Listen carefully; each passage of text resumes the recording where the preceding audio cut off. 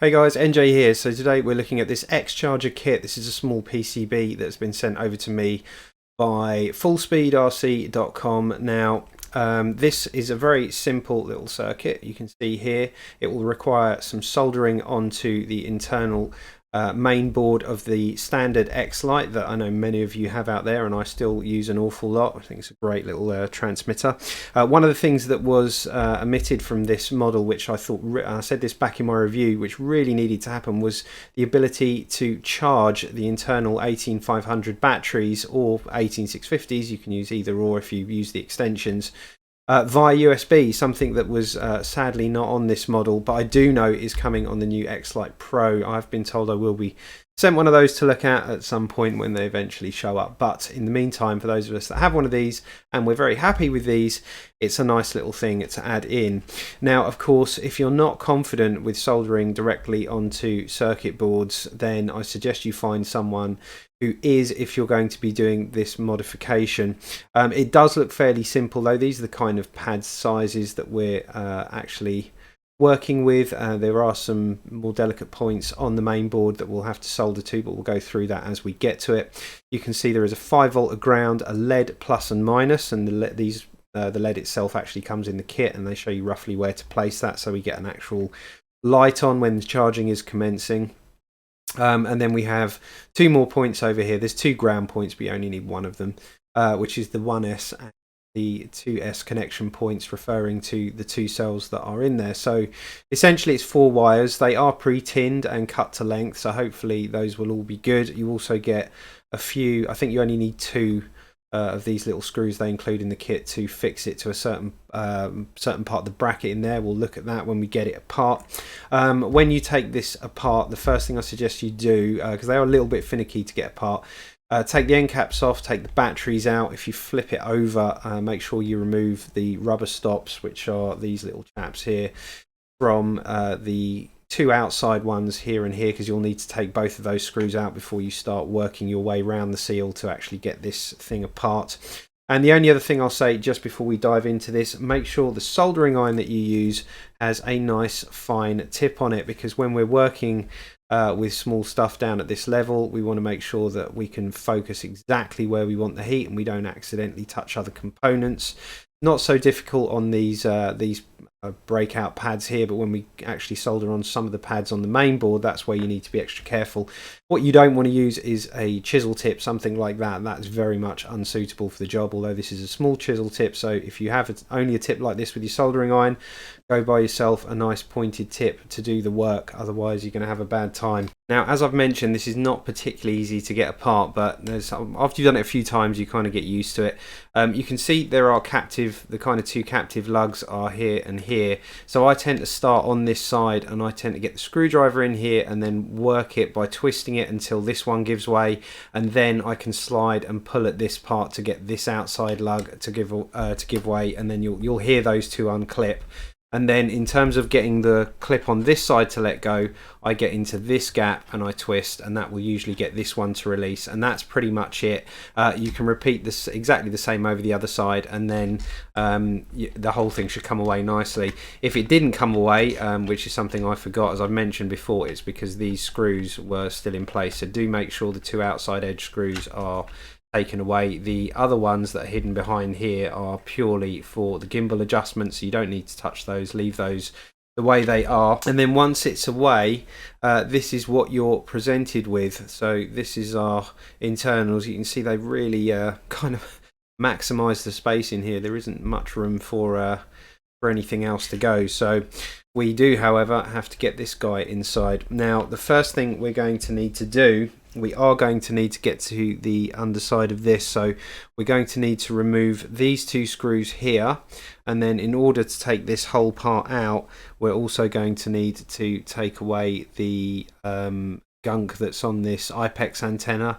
We're going to need to remove that so we can pop that off, and then we'll use some hot glue on that later once it's back on. Nothing too tricky to worry about. So I'm going to go ahead and take those 2 screws out and remove the IPEX. Pull this out of its the antenna out of its little housing there, and these pots away as well. And then if you just get these zip ties and move them down to the bottom there, So we should be able to access now this side, and basically here is where we're going to mount our board. Now the way to do this is we're going to flip it up this way round, and that's going to go in with the included screws. You just need to tack it with a couple of screws in the corners there and hold it so that, and we want it so that all those chips are protected on the underside like that. So that's how this is going to mount in.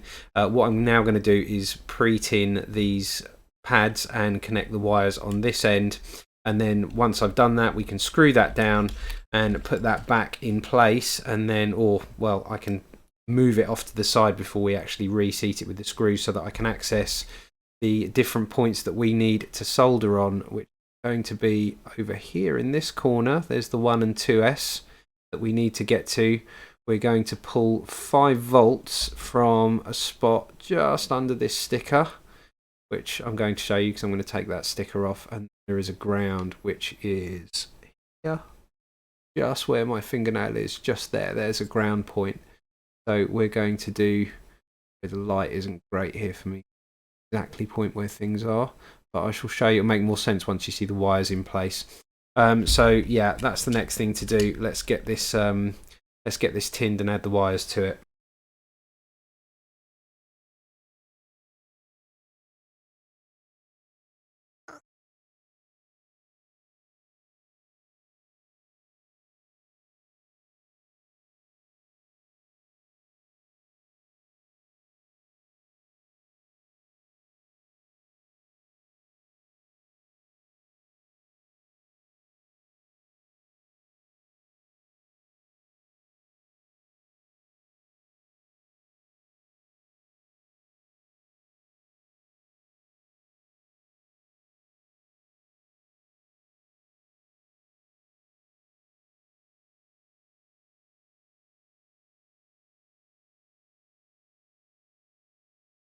Three in place there, it's more than enough, and you really need to hold that down. See, that is all nice in place. So the next thing is to roughly position this back, and then we'll look at the points at which we need to solder onto the main board. Okay, so we have run into further problems. I did move these power connectors to the top side of that board as they were through holes, and I've also put some insulation tape so that there is no shorting of that positive and minus on the top of this surface mount capacitor you can see there, this guy here. And with it all in place, when I go to push this down, you can see we're still now contacting the top of that capacitor, and we're not all the way down. And in fact, if I was to try and force this down, you can see we're left with an angle of this board. That's not good. It needs to be flat. And obviously this has to sit at the right height to be everything to work and be accessed for the port on the back for things like the R9M. So that capacitor is ruining our day, and really this is probably a case of when this was designed, that might have been a slightly different layout. And in fact, let me just go over to let me switch to the other camera here so I can show you. This is from Fullspeed's website, and in this image there's our offending capacitor in the top right hand corner there, and you can see it's laying flat. So with it laying flat, that's probably not a problem, and I'm guessing when they designed this, the X-lite that they had, that capacitor was laying like that. But certainly with my one, you can see it's surface mounted onto that board, and it's upright, and there's not enough leg length there for me to be able to bend this to 90 degrees where it could lay flat and the problem would be solved. And this is, this is a problem with third-party things like this. I mean, although it's a great idea and it probably worked on the X-lite that they had when they designed it, you need to constantly cross-reference with different versions of the X-lite, because FR Sky probably tweaked this design a few times. A few things will have changed, and you won't know because very rarely do we open these things up. But clearly, in the case of this, my one, they've decided to mount this upright as a surface mount. They had the clearance for that without this third-party board in the way. But of course now we've got a problem. So, I mean, I'm going to crack on with this anyway. What I'm going to do, I think, is probably... Let me just do this so I can get that out. this so you can see what I see. In terms of their solution, what they're going to need to do to just mitigate the problem is they're going to have to move these contacts really up here somewhere and have this section of the board missing so that it doesn't come anywhere near contact with the top of this capacitor. That would be one solution. The other solution for me in this case, which is now becoming pretty involved, is I'm going to have to take these screws out, take this main board off, and from the other side I can desolder this capacitor.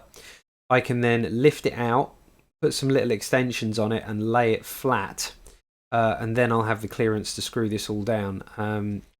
But that's not ideal because that suddenly makes what should be a fairly simple fixing and quick solder go job into something considerably more involved. So what I really need to see, provided this all works once we've got it sorted, what I really want to see is a redesign of that board to accommodate for this capacitor being surface mounted, because chances are that's how yours is. But yeah, there you go. These things don't always go super smooth, and yeah, maybe I've changed your mind about whether you want to do it or not, but it's largely going to depend on whether you're willing to do this and if yours has the capacitor surface mounted or at 90 degrees. But anyway, I'm going to crack on. Okay, so all screws out, and I've had to unplug the batteries and a few other bits and pieces. It looks like the on and off switch I've had to unplug, which is this cable here. You can see the joystick and the contact for the different buttons that you press on the D-pad on the side there. And yeah, I've unplugged the both the gimbals as well and the trims. They've all been done, switches rather. So yeah, we're pretty much at the point of close to full disassembly now. Well, I mean, there's still a fair bit to go, but you know, it's more involved than I wanted it to be. Here's our offending capacitor. I don't know if I can perhaps get you a slightly better view with this. Probably not by that much, but there you go. Can you see this one on the top near my finger is our minus, and then there's two in the middle that are doing nothing or doing something else that we don't want to touch, and then the one on the lowest point that I'm wiggling my finger by, that is the positive. So we've got positive and negative, and we know this one at the top here is negative because if you look at the capacitor itself, it has the minus marked on that side where the negative leg resides. So what I'm going to do is I'm going to heat up. If it's stubborn, I'll need a solder sucker to pull the solder out so that I can remove this capacitor, and then I can do a little wire extension for it to sit it flat. So I'm going to go ahead and see if I can get this capacitor out. Are we having fun yet, kids?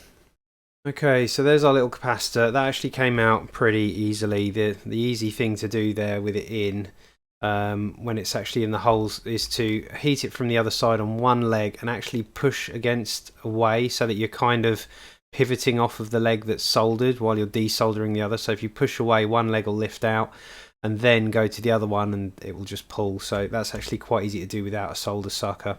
As I said, we know the minus is the closest one of the four, which you can kind of see here. So it's this one here towards the lower side. The middle two aren't used, and then the top one is our positive. So that's where I'm going to wire two wires. I'm probably, because there's loads of length here, I think I'm just going to take two little pieces of this.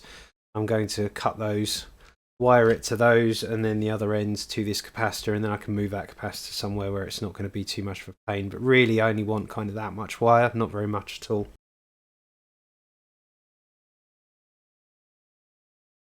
I've extended those wires. You can see polarity's the right way around, and we're just going to, what I'm going to do is probably just, it fits quite snugly just back here behind this connector, and I've checked it won't get in the way of anything, so I'm probably just going to put a little dab of hot glue down to hold that in place. Okay, so capacitor secured and wired in and laying flat, so it's nice and low profile. The front switch is back in, the battery on the right is back in, the battery on the left is back in. We have to plug the gimbals back in, we have to plug in the switches rather, that will go up there. I've just done a quick check to make sure that this is all registering button pushes, which it is. All this feels good. So I know the board's gone down nicely onto the buttons.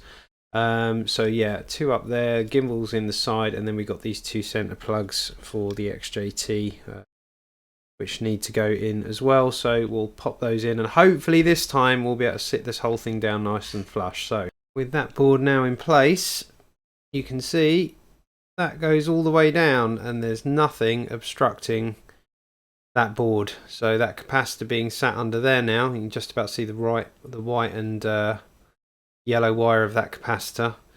Now out the way, this will go all the way down, and that connector is nice and flat and flush for where the module will plug in at the back. So we are now at the point where we can install this onto the board itself. So we've got our plus and minus ready to go. So the actual ground, the ground is here. See that? I'm going to point to it with a pokey thing so that you can get a better view, but the ground is this guy here. So that is where our black wire is going to go, and then the positive is going to go to the top side of this capacitor, just up at the top. A little bit tricky to see, but it's quite well pointed out in the instruction manuals which one of those you have to put the positive to. And I think both of those are on the same rail, as they're both highlighted as potential jacking points for 5V plus. So I'm going to solder 1 to there. You can see why we need our small tip soldering iron, because this is probably the hairiest bit here, is just soldering to the top of that component there. So we're going to go positive there. The negative is going to go here. And then if you can see, you've got, if I angle that just right, there's 2 pads here, one that says 1S and above it one that says 2S. I need to tin those up. 1S, in the way I've wired it, is the white cable, and the yellow cable is the 2S. So I've got to wire those 2 in. The last thing to do will be where to secure this. And I think I just need to put it somewhere down here so that all the cavities will glow red when the charging circuit is in use, and that will be my indication that the charging is taking place. And that should be it. So I'm going to solder those bits in. We'll take one quick look at it before we're done, and then I shall put it back together and we'll give it a test. Okay, so we are now done. There is our 1 and 2S wires soldered to their pads. We have the ground wire there. We have the LED here, and this is like a Captain tape that's over the top, just holding those in place, but you could use a hot glue or whatever it is you prefer. Yeah, there's the ground wire which is running up here, and then you can see the positive wire I've taken off the top of that capacitor just there, which is a little tricky to see. If I can help you see it a little bit with this, maybe, sort of right on the top of that capacitor. That's probably the trickiest part to wire, but now that's done, we're pretty much there. We have our 4 wires in.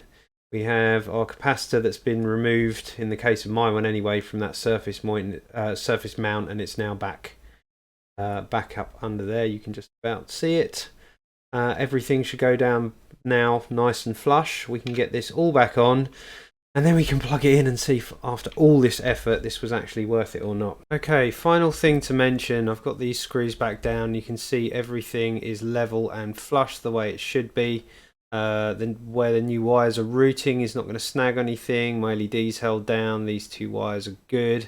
And also just double check, have a quick look round, apart from again checking the buttons on the other side are good and all working.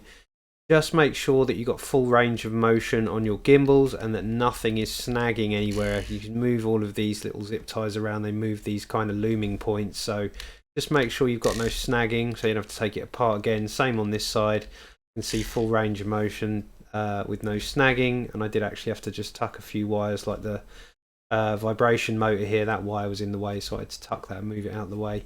And also make sure that these pots here came through, because they can rotate all the way down here, so that would be frustrating if you got it back together and then realised that the captive part is, this little notch here was actually on the inside because it had rotated too far when you put it back together. Oh yeah, don't forget to put hot glue back on top of the IPEX connector.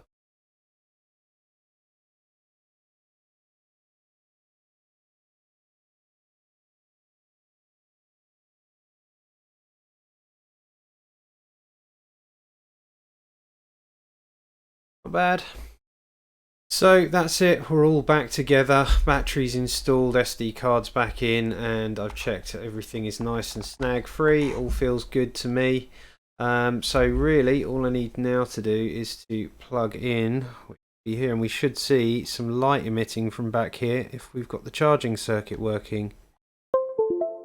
And yes, you can see there's a blue light back there, so this is now charging, so you can charge it with it off. I don't think, yeah, you won't be able to turn it on once it's charging like this, but I think what you can do is turn it on first. Welcome to OpenTX. Finish its thing. Throttle warning. Engines disarmed. Lights off. Okay, so we're at 7.9 volts. If I plug this in, let's see if that goes up. Will be a quick indicator of whether this is working.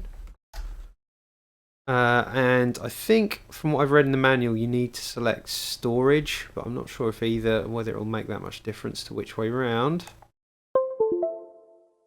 And yes, that's gone from 7.9 to 8.1 volts, so that would indicate that we definitely have some charge going in, and again you can see the blue light there. So we now have a charging, I suppose if you're out in the field and you want to run a pack into this to keep it going whilst you're flying, you can now do that too, as well as charging via your PC at home. Either way, this has a working charge circuit. I should never have to take these batteries out of here again. The question is, do you think all that faff would be worth it for you? For me personally, yeah, I mean, for $10 for the actual circuit, I think you can't really complain about the value for money. And the fact that I don't need to bother now with, yeah, you can see it's gone up 0.1 of a volt again. It's definitely got the enough flow there to be charging this up properly. Yeah, I think this is worth it, but it's really about your comfort level with taking this apart. Maybe yours has the capacitor laying flat already, like the one on the Fullspeed website that from their photo. If it's like mine, I've given you the information for how to change it yourself. But yeah, I think it's good. I like it. It's doing the job, and it now means, as I said, I don't have to take these out and put them in a separate battery charger. Much more convenient for me. So yeah, I think it's worth it, but you know, whether that's right for you, whether you're happy doing the modification work, that's a subjective thing, so you can make your mind up on that. But certainly in terms of being $10 for the part, can't really complain about that. So I hope that tutorial was useful. I hope you found it interesting, and yeah, that was fun. I'm a bit weird. I find those kind of things fun, but yeah, there you go, it's done. Leave me a like if you enjoy videos like this and you like the modification stuff. You want to see more of it, it always gives me a good indication if you drop me a like. And I shall see you guys all in the next one. Cheers.